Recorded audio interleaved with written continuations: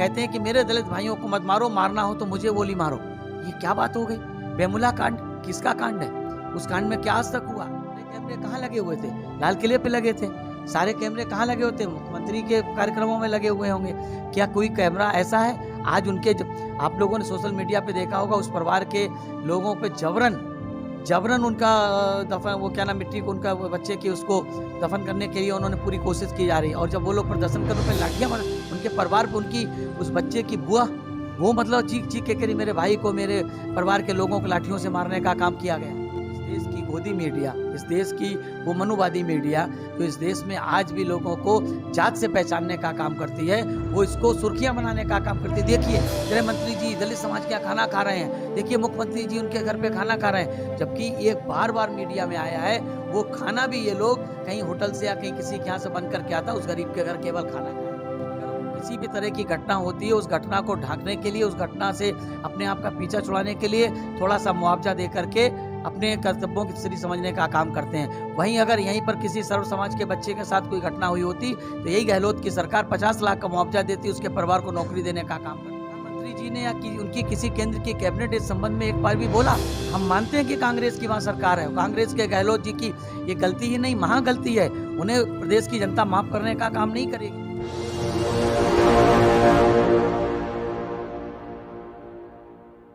नमस्कार, आप देख रहे हैं NB News 24/7 नीलम बोध के साथ ही जब पूरा भारत देश आज़ादी का अमृत महोत्सव मना रहा है, तब कहीं ना कहीं बहुत सारे तबके के सवाल भी उठ रहे हैं। लगातार जिस तरह से देखें कि आज़ादी का भले अमृत महोत्सव मन रहा है, लेकिन इस कड़ी में बहुत सारी घटनाएं ऐसी निकल कर आ रही जो कहीं ना कहीं लोगों की भावनाओं को आहत करने का काम कर रही। लेकिन आज हम देख रहे हैं कि उस विषय पर बात ना होकर बल्कि आज़ादी के अमृत महोत्सव विषय पर जोर शोर से बात ही की जा रही है। और खासकर अगर मैं मेन मीडिया की बात करूँ तो मेन मीडिया पर भी लगातार हम सुबह से देख रहे हैं जिस तरह से प्रवक्ता कहीं ना कहीं माननीय नरेंद्र मोदी जी की पगड़ी की तारीफ करते नजर आ रहे हैं, उनके भाषणों की तारीफ करते नजर आ रहे हैं। अगर मैं ये कहूं खुले शब्दों में कि आज मोदी जी का जो भाषण था सिर्फ भावनात्मक भाषण था, लेकिन उसमें जो जमीनी धरातल पर जो सच्चाई दिखानी चाहिए, व्यक्त करनी चाहिए, जनता के हित में पिछले 8 साल में क्या भारतीय जनता पार्टी ने काम किए या क्या नहीं किए, उन पे माननीय नरेंद्र मोदी जी उस पर चर्चा करते नजर नहीं आए, बल्कि तारीफों के पुल इतने बांधते नजर आए। खासकर साथियों, मैं उस घटना का जिक्र करना चाहूंगी जिस घटना से इस पूरे भारत देश की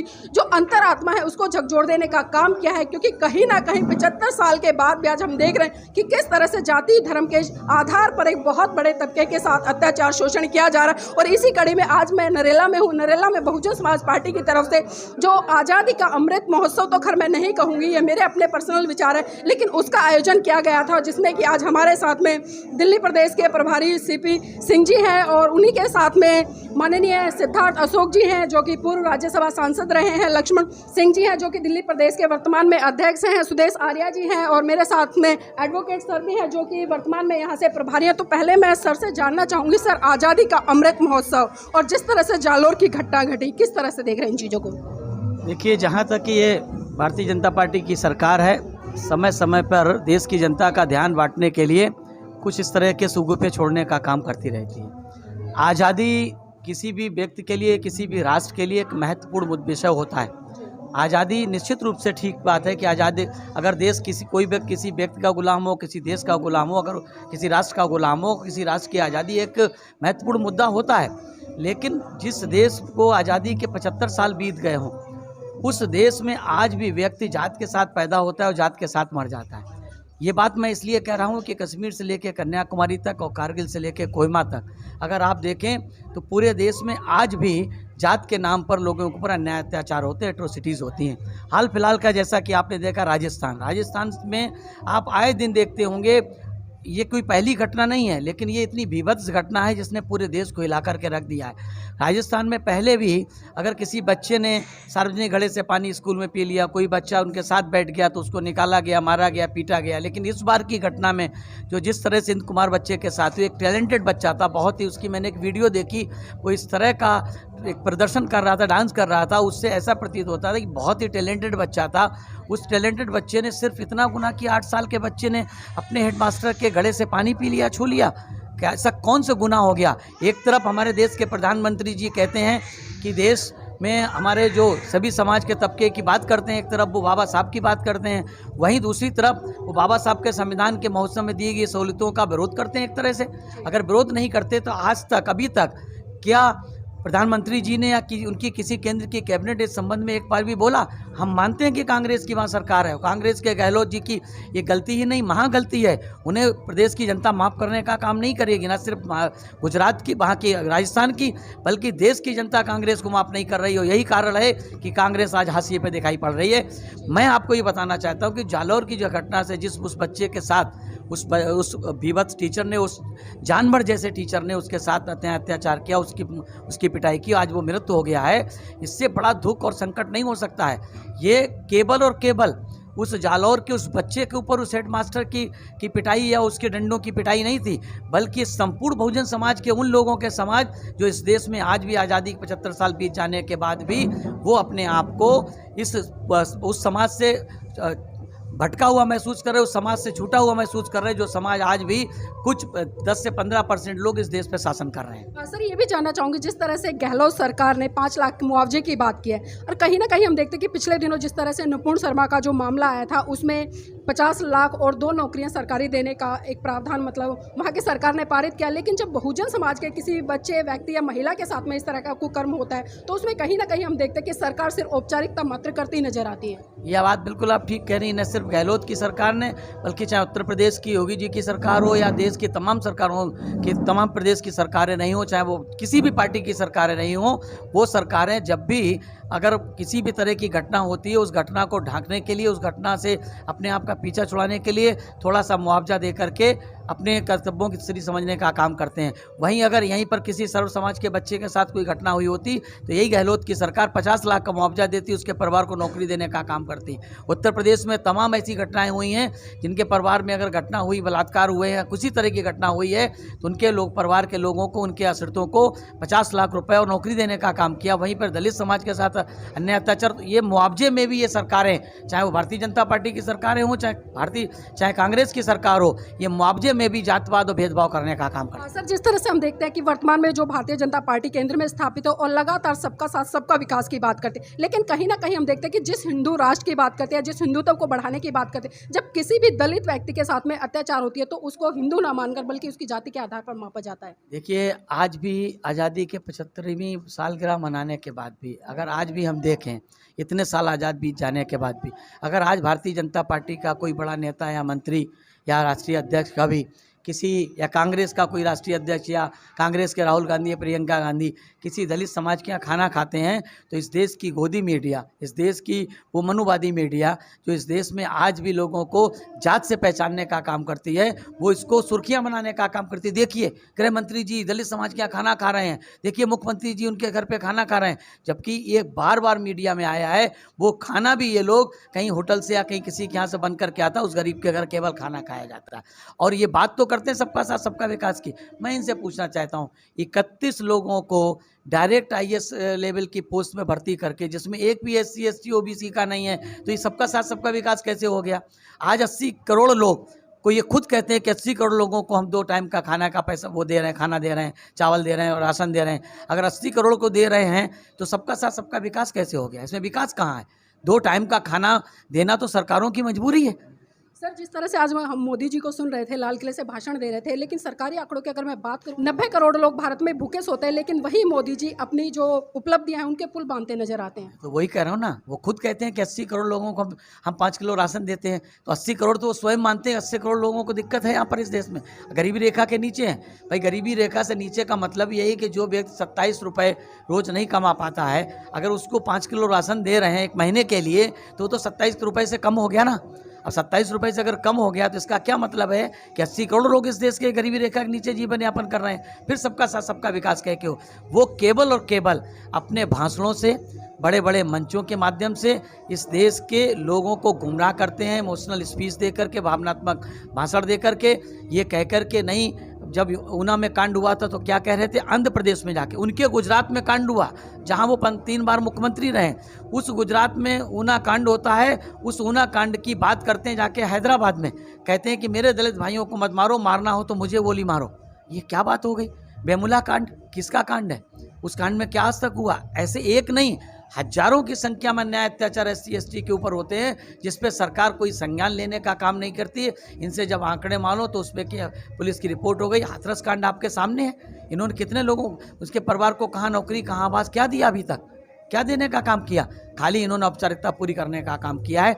इसलिए इस देश की, चाहे वो पहले कांग्रेस की सरकार रही, वर्तमान भारतीय जनता पार्टी की सरकार, इस देश के 85 से 90% बहुजन समाज के हितों की अनदेखी करती आई है और करती रही है। सर ये भी जानना चाहूँगी साथ साथ में कि जिस तरह से हम देख रहे हैं लगातार जाति को टारगेट करके अत्याचार होते हैं, लेकिन क्या बात है कि जिस तरह से मोदी जी ने नोटबंदी एक झटके में कर दी, रातों रात नोटबंदी हुई, तो कोई ऐसा आदेश पारित क्यों नहीं करते, क्योंकि वर्तमान में देश के प्रधानमंत्री हैं, कि इस देश से जाति व्यवस्था भी खत्म हो जाए? वो जानते हैं अगर इस देश में समतामूलक समाज स्थापित हो जाएगा तो ये RSS की और भारतीय जनता पार्टी की हार हो जाएगी, क्योंकि समतामूलक समाज स्थापित करने का सपना तो तथागत गौतम बुद्ध ने, और उसके बाद अगर आधुनिक भारत में देखें तो महात्मा ज्योतिबा फुले, छत्रपति साहू जी हमारे बाबा साहब ने देखा था। बाबा साहब समतामूलक समाज की बात करते थे। तो ये जातिवाद की व्यवस्था समाप्त करने की बात किसने इस देश में फैलाई? ये लोग तो कभी नहीं चाहते थे। ये अगर ऐसा कर देंगे तो नेचुरली ये इनको लगेगा कि हमने तो उन्हीं की विचारधारा को मान लिया, और ये तो RSS की विचारधारा के मानने वाले लोग हैं, ये कैसे कर सकते हैं जाति व्यवस्था समाप्त करने का काम? सर एक चीज़ अक्सर हम सोशल मीडिया पर उठते देखते हैं, जिस तरह से राजस्थान में घटना हुई है, लोग हम ज़्यादातर देख रहे हैं कि अशोक गहलोत पर सवाल ना उठाकर बल्कि बहन जी पर सवाल उठा रहे हैं कि बहन जी घटनास्थल पर नहीं पहुंचे, लेकिन वही सवाल अशोक गहलोत से भी बनता है जो कि वर्तमान में मुख्यमंत्री है, लेकिन उनसे सवाल ना करके बहन जी पर खड़े। देखिए इस देश की जो मीडिया है, खासतौर से मेन स्ट्रीम की मीडिया, अगर इस देश में, ये तो धन्यवाद दीजिए सोशल मीडिया का कि वो इन बातों को जनता तक पहुंचाने का काम करती है। आप लोगों का बहुत आभार है कि आप छोटी छोटी घटनाओं को भी बाकायदा जनता के सामने पहुंचाने का काम करते हैं। मोदी मीडिया क्या करने का काम करती है? सारे कैमरे कहाँ लगे हुए थे? लाल किले पे लगे थे। सारे कैमरे कहाँ लगे होते? मुख्यमंत्री के कार्यक्रमों में लगे हुए होंगे। क्या कोई कैमरा ऐसा है आज उनके, आप लोगों ने सोशल मीडिया पे देखा होगा, उस परिवार के लोगों पे जबरन उनका दफन, वो क्या नाम, मिट्टी को उनका बच्चे की उसको दफन करने के लिए उन्होंने पूरी कोशिश की जा रही है। और जब वो लोग प्रदर्शन करने पे लाठियाँ मार, उनके परिवार पे, उनकी उस बच्चे की बुआ, वो मतलब चीख के करी मेरे भाई को, मेरे परिवार के लोगों को लाठियों से मारने का काम किया गया। किस धारा 144 लागू कर? अरे धारा 144 क्या है भाई? पीड़ित परिवार को अपना दुख बयान करने का भी अधिकार नहीं है? कैसी धारा 144? और जहाँ तक ये जो लोग कहते हैं, इस देश में जितने भी सामाजिक संगठन है या जो वैसी पार्टियां हैं, वो भारतीय जनता पार्टी और कांग्रेस पार्टी के द्वारा प्रायोजित पार्टियां होती हैं। उनका केवल एक टारगेट है, वो है बहुजन समाज पार्टी की नेता आदरणीय बहन कुमारी मायावती। इस तरह की घटनाओं को रोक, जी मैं बता देना चाहता हूँ क्यों। क्योंकि इस देश में भारतीय जनता पार्टी और कांग्रेस दोनों को ना ममता बनर्जी जी से कोई कष्ट है, ना उनसे कोई परेशानी है, ना उनको स्टालिन से कोई परेशानी हो, ना उन्हें आंध्र प्रदेश के CM, ना तेलंगाना के CM, ना पंजाब के CM। क्यों नहीं है? क्योंकि वो जानते हैं कि इन लोगों की सीमाएं लिमिटेड हैं अपने अपने प्रदेश तक, इनसे इनके प्रदेश में ही निपटा जा सकता है। लेकिन वो जानते हैं कि इस देश में अगर राष्ट्रीय स्तर पे कोई बीजेपी और कांग्रेस के बाद कोई लीडर है तो बहुजन समाज पार्टी नेता आदरणीय बहन जी हैं। इन्हें डर केवल और केवल बहन जी से, अपनी कुर्सी से, इनकी कुर्सी का जो खतरा अगर कोई है तो आदरणीय बहन जी हैं। इस वजह से ये अपने लोगों के द्वारा इस तरह का प्रचार कराते हैं कि बहन जी माँ, ताकि हमारे लोगों में उस तरह का रोष और जोश आए। जबकि हमारे लोग इस बात को बखूबी समझते हैं कि बहन जी ने जालौर के लोगों, प्रदेश अध्यक्ष हमारे उनके लोगों से मिले और 17 तारीख को बाकायदा डेलीगेशन वहाँ पर उनसे मिलने जा रहा है। सर जाते जाते आखिरी सवाल लेना चाहूँगी, देश के लोगों के लिए, खासकर जो लोग कहीं ना कहीं आज जाति धर्म की राजनीति करें, उनको क्या संदेश देना चाहेंगे ताकि बड़े स्तर पर इस तरह की घटनाओं को रोका जा सके? मैं आपके इस बहुत ही अच्छे चैनल के माध्यम से, जो हमेशा सामाजिक मुद्दों को उठाने का काम करती हैं, मैं आपके चैनल के माध्यम से इस आज़ादी के 75वीं वर्षगांठ पर देशवासियों से सिर्फ यही निवेदन और गुजारिश करना चाहता हूँ कि बाबा साहब डॉक्टर भीमराव अंबेडकर ने हमें भारत के संविधान में जो बराबर के वोट का अधिकार दिया, एक अथक संघर्षों के बाद मिला है। ये लोग, कांग्रेस के लोग नहीं चाहते थे या बाकी के लोग नहीं चाहते थे कि बराबर का वोट मिले, यानी कि एडल्ट वोट मिले, वयस्क मताधिकार मिले। ये चाहत केवल और केवल बाबा साहब की थी और उन्हीं की बदौलत वयस्क मताधिकार मिला और भारतीय संविधान में तमाम तरह की सुविधाएं मिली हैं। हम उन लोगों से यही कहना चाहते हैं, ये लोग केवल आपका ध्यान भटकाने के लिए, कभी धर्म के नाम पर तो कभी किसी और के नाम पर, आप लोगों के बीच में आकर के हिंदू और मुसलमान के नाम पर ये आप लोगों के बीच में आते हैं और आपका वोट लेते हैं। आपको ये तय करना है इस आज़ादी की 75वीं वर्षगांठ में कि 75 साल बीत जाने के बाद भी आखिर बहुजन समाज स्वतंत्र भारत में बहुजन समाज आश्रित क्यों है। 75 साल की आज़ादी के बाद भी बहुजन समाज स्वतंत्र भारत में आश्रित क्यों है, इसको विचार करने का सिर्फ और सिर्फ एक ही कारण इसलिए नहीं है कि इस देश के बहुजन समाज ने अपने वोट का सही से इस्तेमाल नहीं किया। जब जब उत्तर प्रदेश के लोगों ने किया, उत्तर प्रदेश में हमारी सरकारें बनी और बहन जी प्रदेश की मुखिया बन के उन्होंने प्रदेश के लोगों का भला किया है। जिस दिन इस देश के लोग अपने वोट का सही इस्तेमाल करके इन महापुरुषों के बताए रास्ते पर चलने वाली पार्टी और नेता आदरणीय बहन जी को अपना वोट करने लगेंगे, इस दिन इस देश में बहुजन समाज आश्रित नहीं रहेगा, बल्कि इस देश में बहुजन समाज मांगने वाले की जगह देने वाला समाज बन जाएगा। जी, बहुत बहुत धन्यवाद। तो ये थे हमारे साथ में डॉक्टर अशोक सिद्धार्थ जी, जो कि पूर्व राज्यसभा सांसद है, और उन्होंने बिल्कुल स्पष्ट कर दिया है कि जब तक बहुजन समाज के लोग अपनी सत्ता नहीं लाएंगे तब तक साथियों इस तरह के अत्याचार शोषण होते रहेंगे। और ये वास्तविक सच्चाई भी है कि जिस तरह से उत्तर प्रदेश में बहुजन समाज पार्टी की सरकार बनी और 4 बार जिस तरह से कार्यकाल लोगों ने वहां पर देखा, और आंकड़े बताते कि वहां पर किसी भी बहन बेटी या किसी भी समुदाय के साथ में कोई अत्याचार शोषण नहीं हुआ, और जिसके साथ में हुआ तो उसको उचित मुआवजा देने का काम भी किया गया। तो आज जरूरत है कहीं ना कहीं जो धर्म जाति क्षेत्र के आधार पर बढ़कर लोग आज अपनी अपनी राजनीति को चमकाने का काम कर रहे हैं, बल्कि धर्म जाति से ऊपर उठकर मानव कल्याण के लिए काम करें।